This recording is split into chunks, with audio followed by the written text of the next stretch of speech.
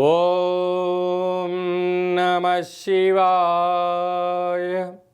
ఓం నమో నారాయణాయ. కర్మ నరదృష్టి నివారణ కాళభైరవాయ నమో నమః. ఓం గురు అరిష్టేతు సంప్రాప్తే గురు పూజాంచ కారయేత్. గురుధ్యానం ప్రవక్ష్యామి. విద్య ఉద్యోగ విదేశీయాన రాజసన్మానోత్సవ గజసన్మానోత్సవ వివాహ తదనంతర పుత్ర పుత్రిక సంతాన సంబంధిత అరిష్ట దోషపీడోప ఉపశాంతయే. హరి ఓం. మా ఛానల్కి స్వాగతం.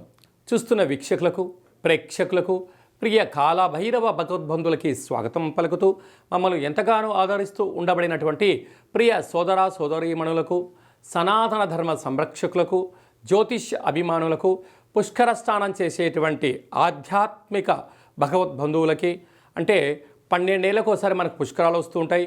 కుంభమేళ, అర్ధ కుంభమేళ, మహాకుంభమేళలో స్నానం చేసే వారందరికీ మరొక్కసారి చిన్న విన్నపం ఏమిటయ్యారగా, వృషభ రాశిలో నుంచి దేవగురు బృహస్పతి మిథున రాశిలోకి ప్రవేశం జరుగుతుంది. కనుక మనకు సరస్వతి మాత అంటే సరస్వతి నది పుష్కర మహోత్సవ కార్యక్రమాలు జరుగుతూ ఉన్నాయి.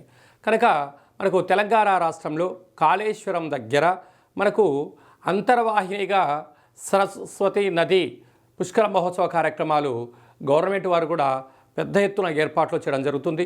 కనుక మనమందరము కూడా మే నెల 15వ తారీఖు నుండి 27వ తారీఖు వరకు మన వీలును బట్టి వెళ్ళి పుష్కర స్నానాన్ని ఆచరింపజేసుకొని ముక్కోటి దేవతల యొక్క ఆశీస్సులు, పుష్కరుడి యొక్క ఆశీస్సులు పొందాలని కోరుకుంటూ, అందరిపైనను 12 రాశులపైనను, ఈ భూమండలం మీద ఉండబడినటువంటి అనేక జంతువులపైనను, పక్షులపైనను, ప్రకృతిపైనను దేవగురు బృహస్పతి యొక్క ఆశీస్సులు ఉండాలని కోరుకుంటూ, అందరినీ చల్లగా ఆశీర్వదించమని కోరుకుంటూ మనము స్వామివారిని వేడుకుందాం.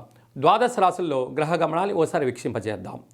15/5/2025 నుండి 31/5/2025 వరకు 12 రాశుల్లో గ్రహ గమనాల్ని మరొక్కసారి వీక్షింపచేద్దాం.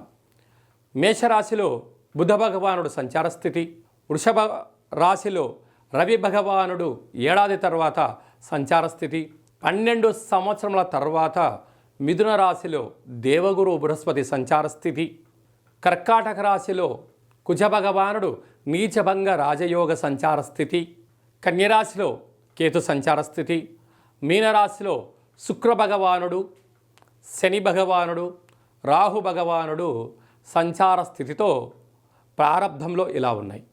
19వ తారీఖు 5వ నెల 2025 నుండి రాహు భగవానుడు కుంభరాశిలోకి సంచార స్థితి, కేతు భగవానుడు సింహరాశిలో సంచార స్థితితో 12 రాశుల్లో గ్రహ గమనాలను మనం ఒకసారి వీక్షింపచేసాం.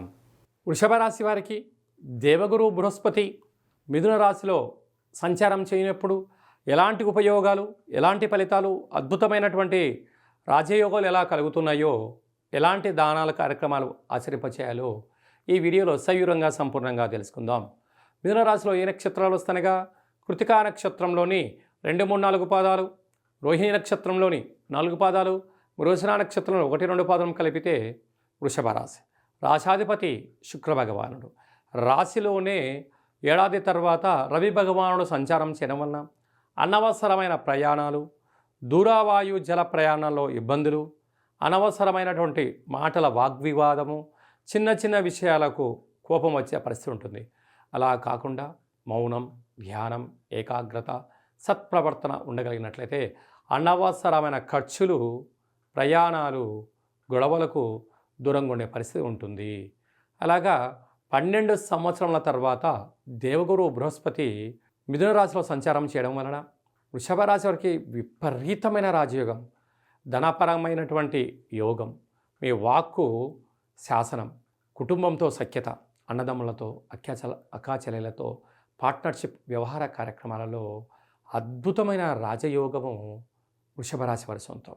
మీరు ఇంకనూ విజయం సాధించగలగాలి అన్నట్లయితే ఆ పుష్కర స్నానం చేసి అన్నదానం చేయడం, అక్కడ హోమ కార్యక్రమాలు జరుగుతూ ఉంటే నేని దానం చేయడం, అలాగనే స్వామివారి యొక్క సేవ, ప్రవహించే నీటిలో ఒక కొబ్బరికాయను వేయడం వలన మిథున రాశి వారికి విపరీతమైన ధనకనక వస్తు వాహనాలలో తిరుగు ఉండదు అని చెప్పి కూడా గమనించాలి. అలాగా తృతీయంలో కుజభగవానుడు సంచారం చేయడం వలన తల్లిదండ్రులతో, అన్నదమ్ములతో, అక్కా చెల్లెలతో, పార్ట్నర్షిప్ వ్యవహార కార్యక్రమాలతో మౌనంగా ఉండడం, వినడం, చిరునవ్వుతో స్వీకరించగలిగినట్లయితే మీరు మరో మెట్టు ఎక్కేటువంటి పరిస్థితి చాలా అధికంగా ఉంటుంది. సంతాన స్థానంలో కేతు సంచార స్థితి ఉండడం వల్ల పుత్రికా సంతాన యోగం.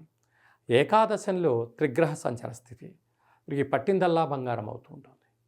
కనుక విద్య, ఉద్యోగ, విదేశీయాన, రాజయోగ, రాజసన్మాన మహోత్సవ కార్యక్రమాల్లో సత్ప్రవర్తన చాలా అవసరం అని చెప్పి గుర్తుపెట్టుకోవాలి.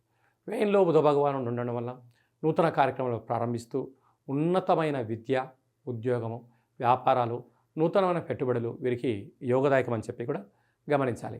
అలాగే హోటల్ వ్యాపారస్తులు, చిరు వ్యాపారస్తులు, నీటి వ్యాపారస్తులు, అలాగనే ఆహార ఉత్పత్తులు ఏ కార్యక్రమాలు అయితే చేస్తున్నారో వారందరికీ చాలా మంచి కాలం ఉందని చెప్పి గమనించాలి.